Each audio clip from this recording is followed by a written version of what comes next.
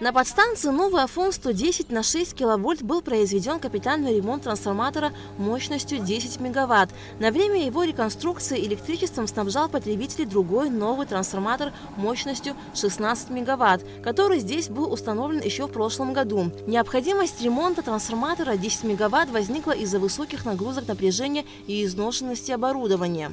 Вот этот трансформатор, который сейчас сделали, он всегда у нас там протекало масло много, уходило, утечки большие. А ремонт мы не могли сделать из-за того, что отключить не могли. Ну, появилась возможность ремонт делать, когда мы поставили новый трансформатор 16-мегаваттный, который заменил временно. И тогда мы могли отключить трансформатор и сделать полный объем капитального ремонта.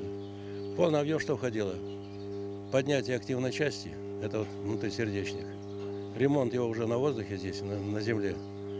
И замена уплотняющей резины и все остальное, что есть на этом трансформаторе. Радиаторы, консерваторы, термосифонный фильтр, все это дело было.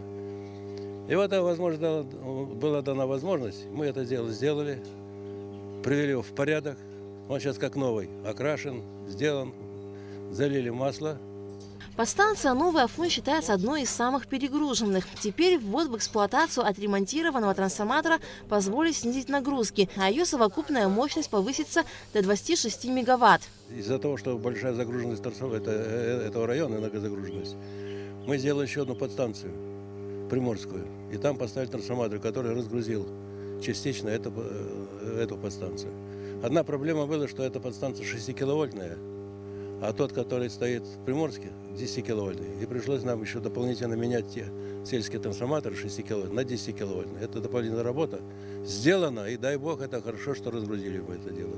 То есть запас небольшой есть по этому району. Подстанция «Новый Афон» была построена еще в 60-х годах прошлого столетия, и немало приборов выходит из строя. Здесь еще предстоит замена масляных линейных выключателей 110 киловольт, линии Ишера и Афон, а также замена шинных разъединителей подстанции. Все эти работы Черноморэнерго планирует произвести до конца текущего года. Алика Трапш, Заур Кварчи, Абхазское телевидение.